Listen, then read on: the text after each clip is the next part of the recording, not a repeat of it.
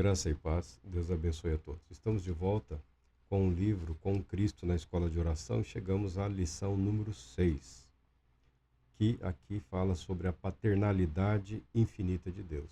Esse livro é considerado um dos clássicos sobre oração, é do Andrew Murray. As datas dele são 1828 a 1917. E nos dias dele, ele entende que a fraqueza, a fragilidade, a doença espiritual da igreja e a estagnação da obra de Deus é decorrente da negligência com o ministério de oração. Ele entende que é possível haver vida cristã vitoriosa e que o ministério da oração é o segredo e a base para a sustentação e o avanço da obra de Deus na terra. Esse é o pensamento preservado através da literatura e material esse que nós estamos usando para falar sobre oração. A perspectiva dele, a apresentação dele, é um material devocional, um material que pode ser utilizado para estudo. Ele apresenta um texto, um desenvolvimento, algumas explicações e ao fim de cada lição ele apresenta uma leitura, uma oração. Ele sugere uma oração. Para quem está em busca de fundamentos, de elementos, para crescer, por assim dizer, nesse ministério, também é um ótimo livro. Eu pessoalmente costumo me valer mais de obras mais técnicas. O que me interessa é aprender, é o domínio da técnica. O domínio da técnica, tá bom? O material devocional, ele tem um apelo emocional muito forte, porque o autor, o escritor, se vale das chamadas afeições religiosas. Afeição religiosa, as afeições religiosas ou afeições espirituais, nada mais são do que o bom uso das emoções e dos sentimentos humanos quando voltados para a devoção a Deus. E quando isso é transformado em interação com o leitor, quando isso ultrapassa as barreiras da vida individual, espiritual, da intimidade, da vida devocional, privada, particular, quando isso é transformado em material como esse livro aqui, costuma ter um efeito positivo. Por exemplo, nós brasileiros somos basicamente emoção. O brasileiro é totalmente emotivo, sensível. Fala-se com o brasileiro através e muito das emoções. Então é um material que tem o seu apelo e tem o seu valor. Pessoalmente, eu me interesso mais pelo domínio da técnica. Eu sou um apreciador da boa técnica, do bom uso da técnica. E descobre-se que também nesse material devocional, nesse viés mais devocional, um quê de espiritualidade, como as pessoas falam hoje, há uma técnica, tá? Obviamente há uma técnica, há um modo de conduzir as próprias emoções e há um modo todo particular de alcançar os sentimentos e as emoções da pessoa, do indivíduo e levá-lo ao melhor caminho, tá bom? Como alguém que se interessa pelo domínio da técnica, eu tenho profundo respeito pela vida, pelo ministério, pelo trabalho do indivíduo. Mas nem tudo se limita a uma questão de domínio da técnica. O que é uma expressão emocional ou a aplicação de uma emoção, de um sentimento humano em relação às coisas espirituais, não pode ser apenas um empréstimo. Ele deve ser fruto e reflexo do convívio da vida cristã em si, tá bom? Não estou criticando o autor, não estou criticando quem quer que seja, porque da mesma maneira que eu sou um apreciador do bom domínio da técnica, é possível ver e nós sabemos que muitos se valem desses recursos, desses artifícios ou dessas ferramentas que por si só não são boas e também não são más, se valem disso como forma de ludibriar, como forma de enganar, como forma de levar as pessoas a tomarem decisões equivocadas. É claro que os objetivos do autor são objetivos nobres, são objetivos excelentes. Então, esse uso, o uso dessas ferramentas emocionais, esse convite a permitir sentir, viver ou expressar essas emoções, esses sentimentos, eles estão dentro de um contexto em que a pessoa, de integridade do ministro religioso.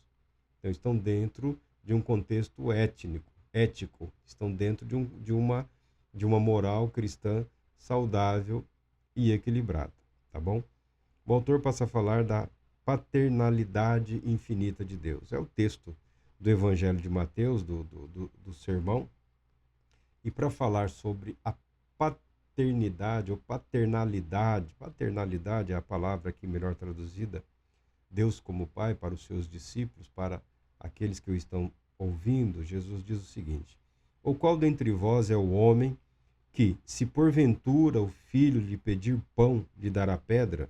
Ou se lhe pedir um peixe, lhe dará uma cobra? Ora, se vós que sois maus, sabeis dar boas dádivas aos vossos filhos, quanto mais vosso Pai que está nos céus dará boas coisas aos que lhe pedirem. Graças a Deus pela sua palavra. Jesus, com muita frequência, usa as relações humanas, as situações comuns da vida humana, para levar as pessoas às verdades eternas. A verdade aqui ensinada por Cristo Jesus é que Deus é bom, que Deus é bom. Deus é um bom Pai. Isso nem sempre as pessoas têm facilidade para aceitar ou para admitir, tendo em vista a situação em que se colocam. Por exemplo, boa parte dos ouvintes de Jesus era pobre, os pobres. Se não eram os pobres, eram aqueles que necessitavam de uma urgente intervenção divina. Nós vemos Jesus curando pessoas de diversos males, enfermidades. Nós vemos na Bíblia Jesus libertando pessoas que estavam debaixo de possessão demoníaca, homens, mulheres, até crianças debaixo da possessão demoníaca. Essas pessoas encontravam invariavelmente na pessoa de Cristo Jesus a cura, a libertação. Mas Jesus quer acrescentar aos seus discípulos, Jesus quer acrescentar aos seus o propósito do relacionar-se com Deus. É valer-se da relação proposta por Deus. Deus como Pai. É o que nós temos falado aqui nas orações, a oração do Pai Nosso e também nessa apresentação aqui do Pai. Que Deus como Pai, Ele é infinitamente melhor do que os pais humanos. Porque um pai, mesmo nas suas limitações, ele procura fazer o bem para os seus filhos. Ah, mas tem aqueles. Vamos falar do que é saudável. Vamos falar do que é razoável. Vamos falar do que é crível. A experiência mostra, a história mostra que, invariavelmente, os pais desejam o bem dos seus filhos. Tá? Se os pais, mesmo sendo maus, desejam o bem dos seus filhos, Deus, sendo infinitamente bom, fará muito mais em benefício dos seus filhos do que um pai humano o faz pelos seus. Isso é certo. Isso é inquestionável. Aí levantam-se as perguntas e as questões. Mas eu tenho orado, eu tenho pedido, eu tenho clamado. Dizer para a mãe que enterrou seu filho que Deus é bom, que Deus responde às orações daquele que se aproxima dele com fé, com reverência, pedindo o que é correto, o que é justo, pode parecer até um insulto, pode parecer até uma ofensa. Dizer para uma esposa, dizer para a família que recebeu, que levou o seu filho, o seu irmão, um parente para um hospital para fazer um tratamento e recebeu de volta um ser vegetativo, dizer que Deus é bom, que Deus é justo, dizer que Deus responde às orações da pessoa que crê e dele se aproxima com fé, pode parecer um insulto, pode parecer uma ofensa, porque a vida nos mostra que coisas terríveis, desagradáveis e muitas vezes quase que incompreensíveis ocorrem com todas as pessoas, com as boas e com as más, com as justas e com as injustas, com as santas e com as não santas. A vida nos trata com uma severa igualdade e muitas vezes somos surpreendidos por situações adversas que nos levam a questionar essa bondade, a bondade de Deus. Como a Bíblia declara que Deus dará boas coisas a quem pedem. Por um acaso eu pedi a enfermidade? Por um acaso eu pedi a pobreza? Por um acaso eu pedi o desemprego? Por um acaso eu pedi tamanha afronta e humilhação? Não, nós não pedimos isso. Nenhum de nós pediu isso. E muitos de nós experimentou em diversas etapas ou fases da vida situações assim, que nos agrediram. E muitos são levados a questionar a justiça, a santidade e a bondade de Deus. A leitura, porque alguns entendem que está aqui uma porta aberta para absolutamente tudo que possamos pedir ou possamos querer ou desejar diante de Deus e que Ele assim o fará. Essa primeira leitura. O apóstolo Paulo, quando escreveu para o jovem Timóteo, as cartas de Paulo aos jovens pastores são bastante interessantes, deviam ser lidas hoje por todos os jovens que anseiam o ministério. Um dos alertas que Paulo faz é: lembra de Jesus o Cristo. Nós somos chamados a um relacionamento de pai e filho. Mas Deus trouxe ao mundo o seu Filho Jesus. O parâmetro, o padrão do agir de Deus em relação àqueles a quem Ele acolhe como filho é Jesus o Cristo. E não as nossas necessidades e anseios. É Cristo Jesus. Quando somos convidados ou confrontados com a paternalidade, com a bondade, com o poder santo e justo de Deus disponibilizado aos seus filhos neste mundo, não é um questionar por métodos de oração, ou por segredos de oração, ou por chaves de oração. Esse autor aqui mesmo fala, né, que a chave está no modo como nos comportamos ou nos portamos diante de Deus, porque devemos aprender a dizer apropriadamente: Abba, Pai, Pai nosso que estás nos céus. Essa é a chave. Se nos apropriarmos dessa verdade a tal ponto de pronunciarmos do modo, do jeito correto, certamente os céus se abrirão e as bênçãos de Deus se derramarão sobre as nossas vidas. Mas o convite aqui é para o confronto, para a aproximação de um Deus bom, justo, todo-poderoso, disposto a abençoar. Não é um abrir as portas para questionar a justiça e a santidade de Deus ou a sua paternalidade. O que Jesus, educada e gentilmente, está convidando os seus discípulos, os seus ouvintes, é uma profunda reflexão não sobre o Pai que é Deus, mas sobre os filhos e filhas de Deus que nós somos. É a isso que os ouvintes de Cristo Jesus estão sendo convidados. Por quê? Se entre 1000 cristãos eu fizer uma pesquisa no que diz respeito à oração sincera em momentos difíceis, em momentos de crise, em momentos de aflição, em momentos de pandemia, de epidemia, nas tragédias,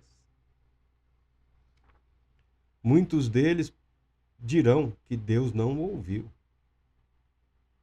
que o mal aconteceu, que o prejuízo aconteceu, que a humilhação aconteceu. Não, Deus não ouviu. Essa minha oração, Deus não ouviu. Sim, Deus ouviu.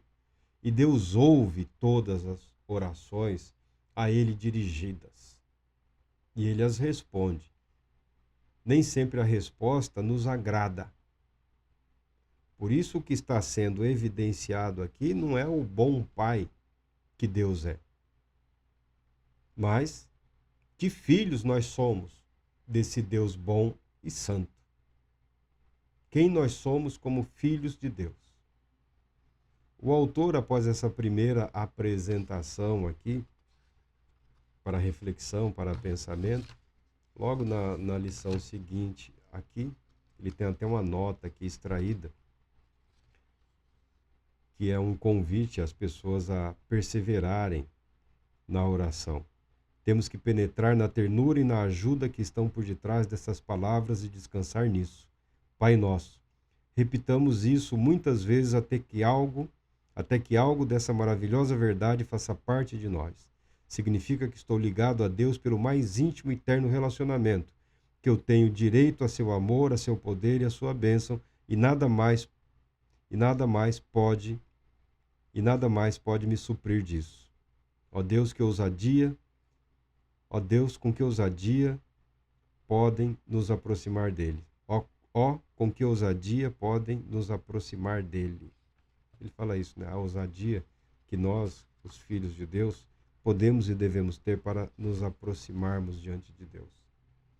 Aí quando você lê o Evangelho de Lucas, no capítulo 11, verso 13, a dádiva que inclui tudo.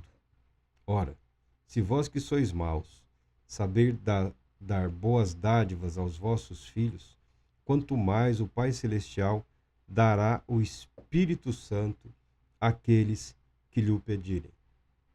O Espírito Santo, a dádiva que inclui tudo, o dom que inclui tudo, a bênção que inclui tudo, o milagre que estabelece a verdade da filiação. Da filiação. Olhando para Jesus Cristo, nós vemos que toda a vida dele foi debaixo do poder da atuação do Espírito Santo. A sua geração, o seu nascimento, a sua infância, o seu crescimento, todo o seu ministério, todo o ministério de Cristo Jesus foi realizado numa total submissão, numa total dependência, numa total comunhão com o Espírito Santo. O mesmo Espírito que Deus graciosamente derramou sobre todos aqueles que nele creem. O mesmo Espírito que sustenta toda a vida na face da terra. O mesmo Espírito que é chamado Espírito de adoção, pelo qual clamamos Abba, Pai. Então, as palavras de Cristo Jesus não têm o propósito de autorizar ou permitir que alguém questione a bondade, a justiça e a santidade de Deus. Muito pelo contrário. As palavras de Cristo Jesus têm o objetivo de fazer-nos questionar que filhos nós somos. Porque no mundo de eleitos, predestinados, justificados, santificados,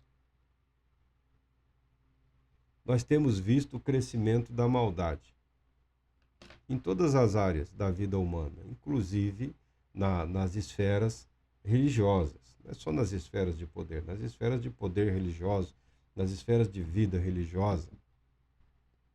Mas em todas as áreas, você encontrará homens e mulheres dizendo que fazem parte de um grupo especial, favorecido por Deus, que só nós somos filhos, aqueles não podem ser filhos. estes certamente não são filhos e filhas de Deus, somente os que fazem isto ou aquilo, os que vestem isso ou aquilo, os que consomem este ou aquele produto são os verdadeiros filhos de Deus. A Bíblia deixa claro. A filiação humana em relação a Deus ocorre por adoção. Ocorre por adoção. Por regeneração ou por nova geração, damos o novo de nascimento, damos o nome de novo nascimento a esse ato regenerador, ou seja, vivificador, vida espiritual, vida gerada pelo Espírito de Deus com o propósito de glorificar o nome do Todo-Poderoso Deus. Não vamos entrar nos detalhes da vida cristã, mas o chamado é isso. O chamado à oração é sermos confrontados ou nos apresentarmos diante de um Deus bom, justo, santo, todo-poderoso, que pode e faz tudo que propôs realizar em prol de toda a humanidade, mas sem a estranha ideia de que podemos questionar a bondade desse Pai. E sim, a obrigação que temos de confrontarmos que filhos e filhas nós temos sido do Deus bom, do Pai eterno. Deus Todo-Poderoso te abençoe, te proteja e te conceda paz, muita paz.